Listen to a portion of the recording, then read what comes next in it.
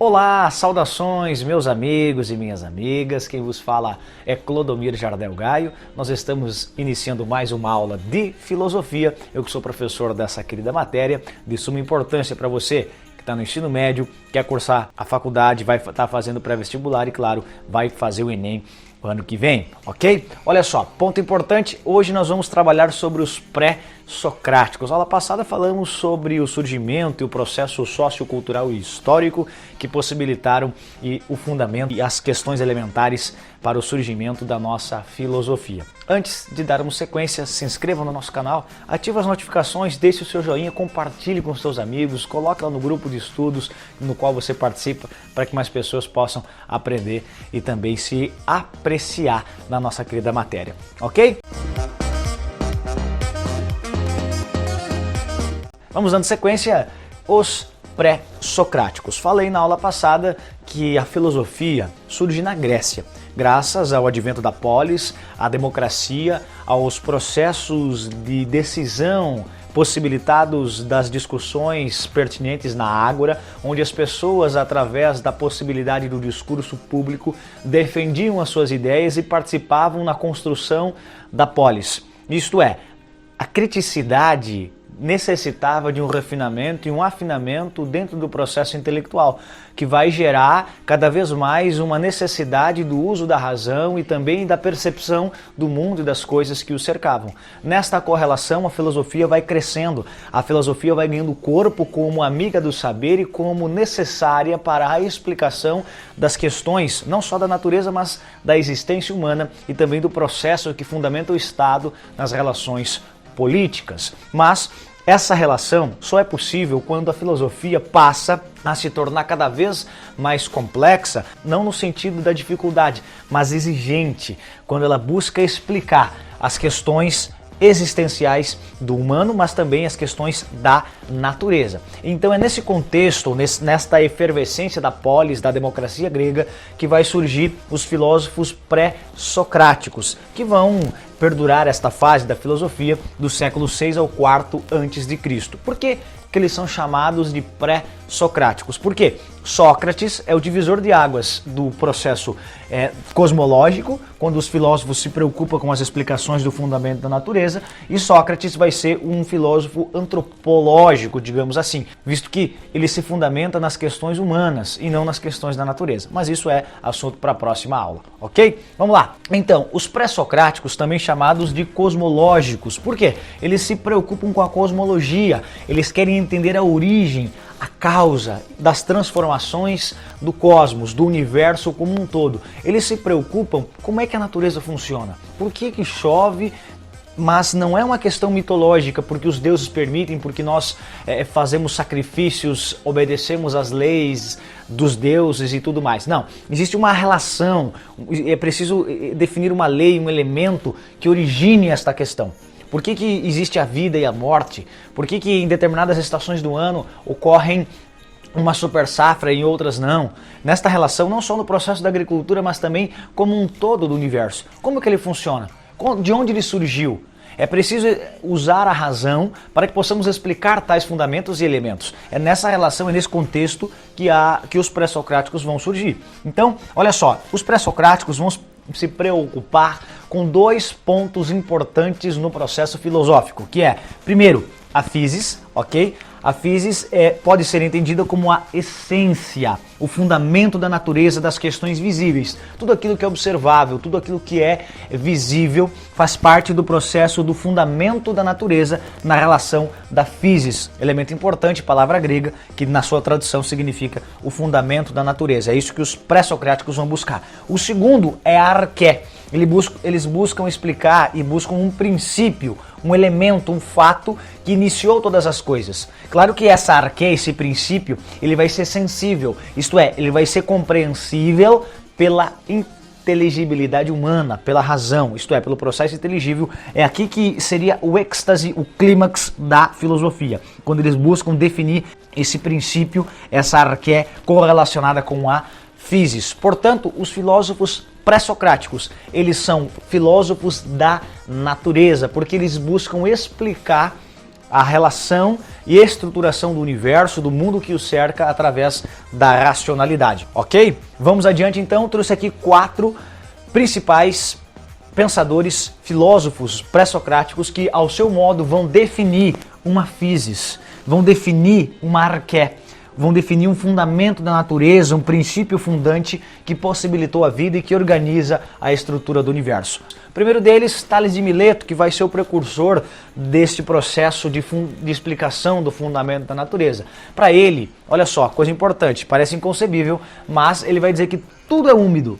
A qualidade da água é a physis. A água é o fundamento de todas as coisas. Por quê? Na semente, na vida, na natureza, a umidade é passiva de construção, de surgimento, de desenvolvimento. Só a vida onde existe água. Por quê? Quando um corpo definha, quando algo perece, ele seca, ele perde essa qualidade de umidade. Outro ponto a ser considerado é que a água ela se transforma, ela muda, ela não é estanque, ela não é parada, ela tem uma constante transformação, uma constante mutação, e é isso que também que ele percebe no universo. Tudo muda, tudo transforma, tudo está em movimento, e a água também está em movimento. Ela é um processo cíclico, ela passa do estado líquido para o gasoso, para o estado sólido, mas não perde a sua essência, não perde a sua propriedade. Então, a vida, a physis, o fundamento da natureza, esse elemento fundante do início de tudo, para Tales de Mileto, é a água. Ok? Vamos adiante. Segundo pensador, Anaxímenes, também de Mileto, para ele, a physis, a essência, o fundamento da natureza, o princípio, o início de tudo é o ar, o pneuma. Ele vai perceber que é devido ao oxigênio, é devido ao ar que existe a vida. Ele percebe que através do vento existe uma correlação e um preenchimento em todos os lugares. Ele percebe que há oxigênio, que há ar, tanto na água como em outros locais. Tanto que ele vai dizer o seguinte, olha, a origem dos terremotos é porque o ar, o oxigênio, o vento, ele entra pelas fissuras da terra e não consegue sair, então ele vai tentar se expandir, por isso que acontecem os terremotos. Ele percebe e vai dizer e vai explicar que as diferentes estações do ano se dão pela compressão e pela expansão do ar. Ele vai dizer o seguinte, quando o oxigênio pressiona, quando o ar pressiona o cosmos, é mais frio, quando ele se expande, é mais quente. Perceba que são coisas para nós hoje inconcebíveis, até motivo de gracejo, mas perceba a engenhosidade, a criatividade destes pensadores, destes filósofos na busca de um fundamento para a natureza. Quando ele explica que o ar é o fundamento da natureza, é mais compreensível porque o ar é vital para a vida. Nós percebemos que o oxigênio ele compõe a nossa Terra, compõe o nosso cosmos, dentro da relação de universo. Só a vida onde há oxigênio. Então, os filósofos, no decorrer do tempo, você percebe uma progressão, um afinamento dentro do processo do uso da razão. Mais ainda afinado está Pitágoras, que vai ser muito conhecido para você que está no ensino médio, que está desenvolvendo as fórmulas de Bhaskara, Teorema de Pitágoras. Ponto interessante, porque nós apenas devemos aplicar. Mas este pensador, Pitágoras, desenvolve, ele vai criar a fórmula de Bhaskara, vai criar a fórmula, o teorema, para que pudesse compreender as questões geométricas e também da álgebra. Olha só, para Pitágoras, a physis, o fundamento da natureza, é a aritmética, é o aritmos, que traduzido para o português é número. Claro que não os números no sentido quantitativo. Para o grego, a aritmética, para nós número, era um processo que envolvia letras, números, uma questão qualitativa e quantitativa também, ok? Pitágoras vai perceber na sua observação das questões visíveis e também quando ele abstrai na sua sensibilidade, na sua inteligibilidade, ele compreende que existe uma harmonia no cosmos, ele percebe que existe uma estruturação no universo, que existe uma proporção na natureza e que toda relação ela é lógica. Ele percebe que dentro da questão da proporcionalidade existe uma geometria na natureza. Existem formas esféricas, retangulares, quadradas, triangulares. Ele consegue, na sua visão tridimensional, observar além daquilo que é visível dos olhos humanos. Então, ele vai perceber o seguinte, olha, o fundamento da natureza é o aritmos, é essa proporcionalidade, é esta numerologia, é este processo quantitativo e qualitativo que vai nos dar um elemento que proporciona o surgimento das coisas. Claro que ele era um filósofo esotérico, vai perceber e vai explicar que esta questão numerológica, a questão da aritmética, não é apenas um processo fundante, mas é uma questão de gênese, é uma questão que possibilita esse movimento de ser, de vir a ser, que a filosofia vai explicar depois com Heráclito e Parmênides, ponto para a próxima aula. Então, o Pitágoras vai ser também o precursor do termo filosofia. Ele vai dizer o seguinte: aqueles que gostam de explicar a natureza, aqueles que gostam de aprender e de compreender o uso da razão, são chamados de amantes da sabedoria, portanto do grego filósofos. Então o nosso Pitágoras, ele vai dizer o seguinte: olha, a arqué, o fundamento da natureza, é esse processo aritmético composto pela harmonia, pela proporcionalidade e pela lógica. Por último, o nosso pensador Demócrito. Demócrito e Leucipo, contemporâneos, vão apresentar que o universo ele é composto por partículas, por elementos. Perceba a progressão da intelectualidade. Um vai dizer, primeiro Tales, que a água é o fundamento das coisas. Segundo Anaxímenes, o ar. Terceiro, Pitágoras, a questão do número, da proporção. E por último, na nossa aula, Demócrito vai dizer que é o átomo, que na palavra grega, traduzindo, é partícula indivisível. Ele vai perceber que no cosmos, na proporção e na relação do universo, existem elementos que compõem as coisas. Existem microelementos que compõem, por exemplo, a madeira, que compõem a pedra, que compõem o corpo humano. Ele percebe essa relação, tanto ele quanto Leucipo, e vão apresentar que existe o espaço vazio e que esses elementos chocam-se entre si e geram novos corpos. Perceba que lá no século V a.C., portanto há 2.500 anos atrás, eles já davam os primeiros passos para uma compreensão física do universo, quando descrevem que essas partículas indivisíveis, chamadas de átomo, elas compõem as coisas.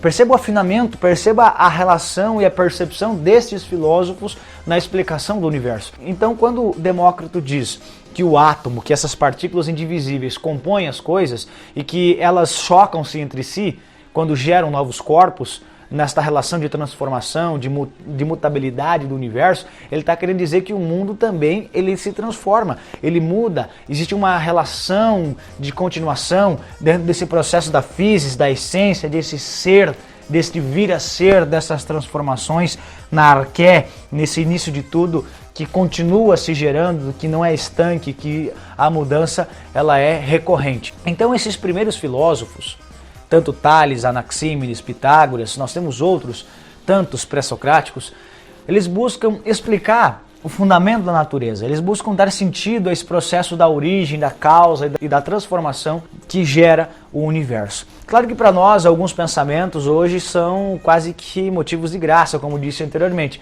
mas o importante é entender a engenhosidade, a criatividade que eles tiveram para buscar explicar que existe um elemento que fundamenta a natureza, que dá origem a todas as coisas, que possibilita a vida, e essa é a importância da filosofia. A busca da explicação pela razão, a busca de um entendimento racional para que as pessoas pudessem perceber, poxa, a vida não surgiu num estalar de dedos, o universo não funciona do nada, existe todo um processo de leis, existe toda uma relação de harmonia, de proporção, como diz Pitágoras, existem pontos que são vitais, existem questões que compõem como a partícula nessa relação das transformações que possibilitam a vida.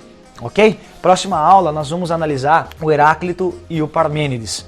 Okay? São dois pensadores importantíssimos que vão gerar um momento histórico para o surgimento de Sócrates e Platão. Okay? Heráclito é um pensador importantíssimo que vai quase que nessa ruptura do período pré-socrático, nas questões do ser e vir a ser, quando eles vão buscar explicar as questões do uno e do múltiplo. Será que o universo é uno, as questões são mutáveis e estanques, existem leis específicas, ou será que existe uma mudança constante? Será que tudo é múltiplo, ou será que tudo é movimento?